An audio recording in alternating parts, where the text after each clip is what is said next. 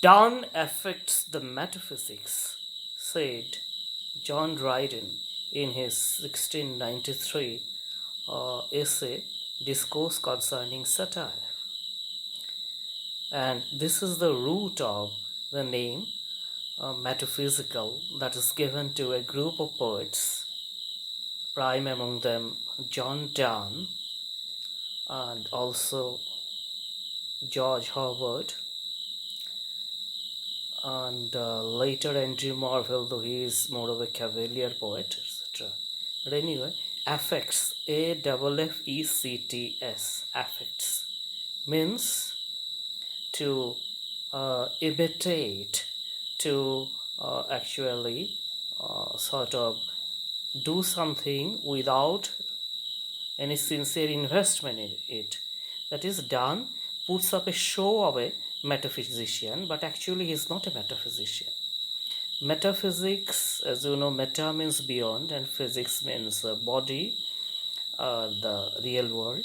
So, metaphysical means actually beyond the physical, in brief, philosophical. But Dryden actually did not believe that Donne was a true metaphysical. He only said that Donne poses off as a metaphysician. That is a better word.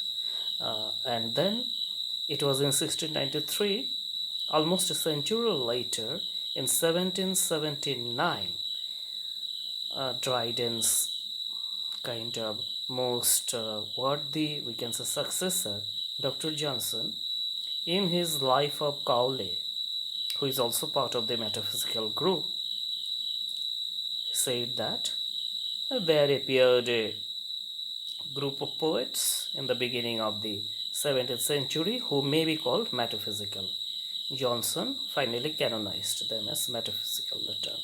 Johnson was also dismissive of them. Their allegation was that metaphysical poets were men of learning, and to show their learning was their whole enterprise. But poetry is generally treated as an aesthetic thing. Though Philip Sidney said that poetry has two ends, to delight and to teach, Aristotle also said so, but generally it is thought to be more aesthetic and pleasing thing. But then the metaphysicals are more interested in debates, discussions, argument, twisting an argument, giving counterpoints. So all these irritated people like Dryden and Johnson, who were very, very canonical. So they said that it is no poetry at all, but they just wanted to show their learning, how much they know using the rhymes. Anyway, that was their allegation.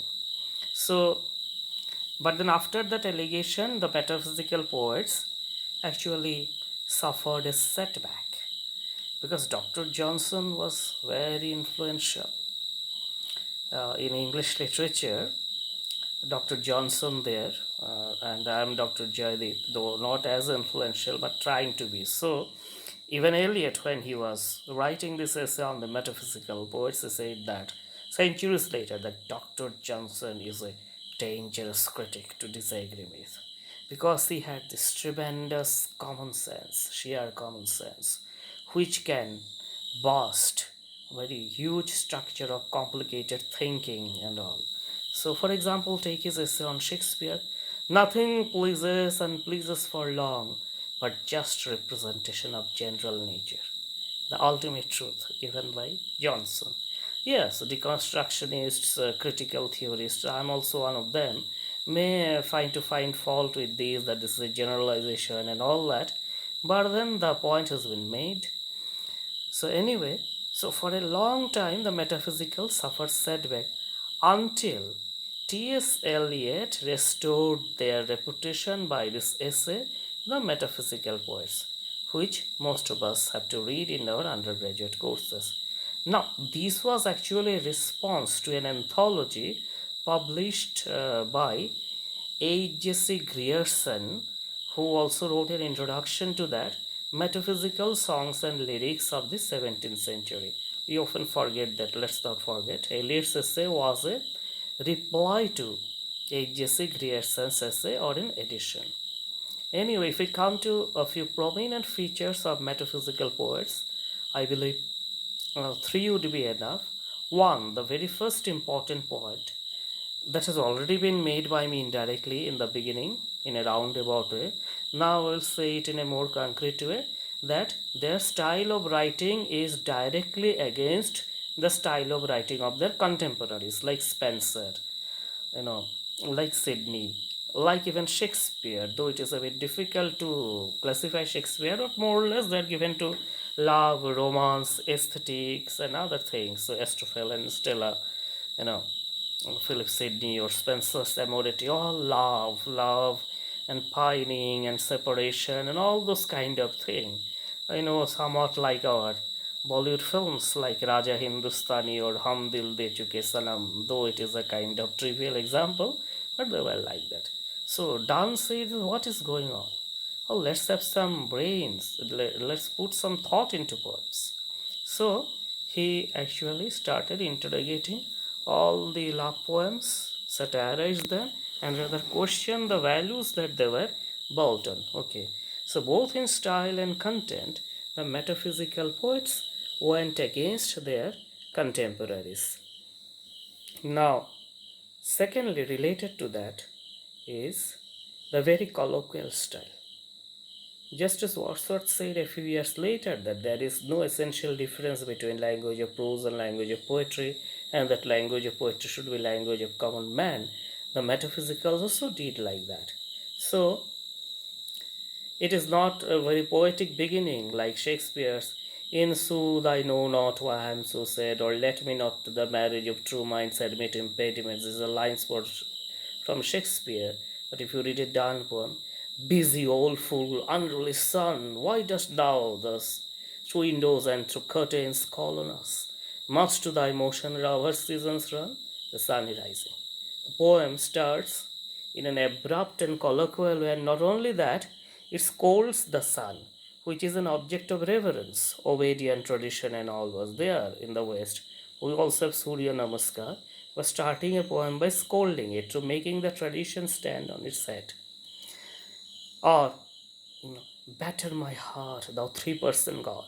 He addresses God as his lover and he himself as beloved, dance holy sonnets, which is quite uncommon in Western tradition, though not absent but very uncommon, unlike Indian Bhakti tradition and all. We have Mirabai, Surdas and all that, but there it is very rare.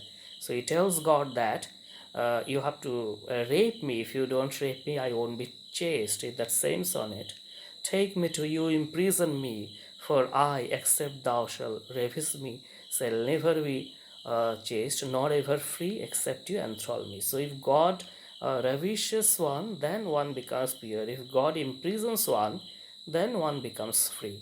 So absolutely profane and non-sacred, analogy that used in a sacred context. Quoted out of the context, they might create problem even today. So you see how Donne changed the entire tradition. And giving total example, or go and catch a falling star, get with child a mandrake root, tell me where all the past years are, or who cleft the devil's foot. Another poem. Give you all this imagery, then he says that you will not find a woman who is both true and fair. If true, then must be unfair. If unfair, must be true. Well, it is male gaze and patriarchy and all that, but these are, with hindsight we can say, but from the contemporary's point of view, this is very, very unromantic. So this is how Donne is against tradition. So first thing I have said is that they stood against the tradition of romance and other things, brought brain into poetry more than emotions. That is why they became favorite of the modernists. T.S. Eliot wrote not only to revive metaphysicals, but to find in them his own poetic voice. Then I have spoken about the colloquial style and abrupt beginning, and then mixing of the religious and non-religious, the sacred and the secular is very common, except in George Herbert, now who's a very religious and of the next generation. Now I come to the third point, which is very popular with all of you, especially younger students: conceit.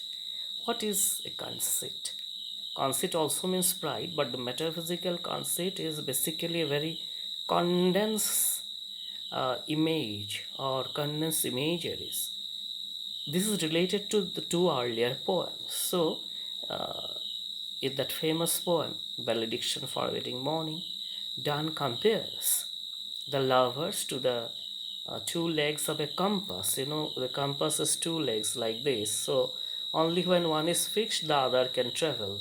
So, he says that lovers are like that. One lover can travel only if the other lover is constant. So, he uses analogy, for example, from geometry, which was not common in those days. Even this compass was a new thing, but then images were like, oh, my love is like a red red rose, or maybe yellow yellow rose, or blue blue rose. But lovers like compass, very disturbing even for people today. The same tradition Eliot followed is love song of J. Alfred Prufrock. Let us go then, you and I, when the evening is spread out against the sky like a patient etherized on a table. Starts with a very disturbing and medical image. A patient etherized means given anesthesia on a table to be operated. So evening is like that. So these are metaphysical conceits, very ingenious, with complex and unconventional imagery which shocked people, contemporaries. So that is why after Dryden's scolding that he affects the metaphysics, that is not true metaphysician, and Johnson's castigation for a very long period of time, the metaphysicals were out of the canon, as we say. So with T.S. Eliot's essay, the metaphysical poets, they came back to the mainstream of uh, English studies. But here there is an irony. Eliot's essay was meant to show that the metaphysicals are actually not metaphysical. They were very much part of the main stream of English poetry, because when you say particular poetry metaphysical, which is not a part of the main Elizabethan or Jacobean thing, then you say something alien and all that, a minority group as we say today. But Eliot's main thing was to prove that they were very much part of the flow of a tradition, not an isolated group. Anyway, that is Eliot's view, and I won't impose here. I don't agree with Eliot, though of course he knows a lot more, but then I have my own reasons for that. Eliot also had his personal agenda. Anyway, but then it is up to you. If you get time, you read and judge for yourself. It is the beauty of literature. If you know the language and if you have interest, you can do the research yourself. You don't need a chemical lab or anything as you do in science research, but you can search for yourself, and there need not be any fixed result. It may vary from person to person. So this is what I wanted to say about metaphysical poetry, and I did it in the style of metaphysical poetry, a bit abrupt, a bit colloquial. Yes, colloquiality. Yes, I say colloquialism. The colloquial style was part of the metaphysical thing, and then this Donne affects the metaphysics. Very important. It was said by someone in some context, rather quoted, about which I cannot say now, maybe later. Thank you so much.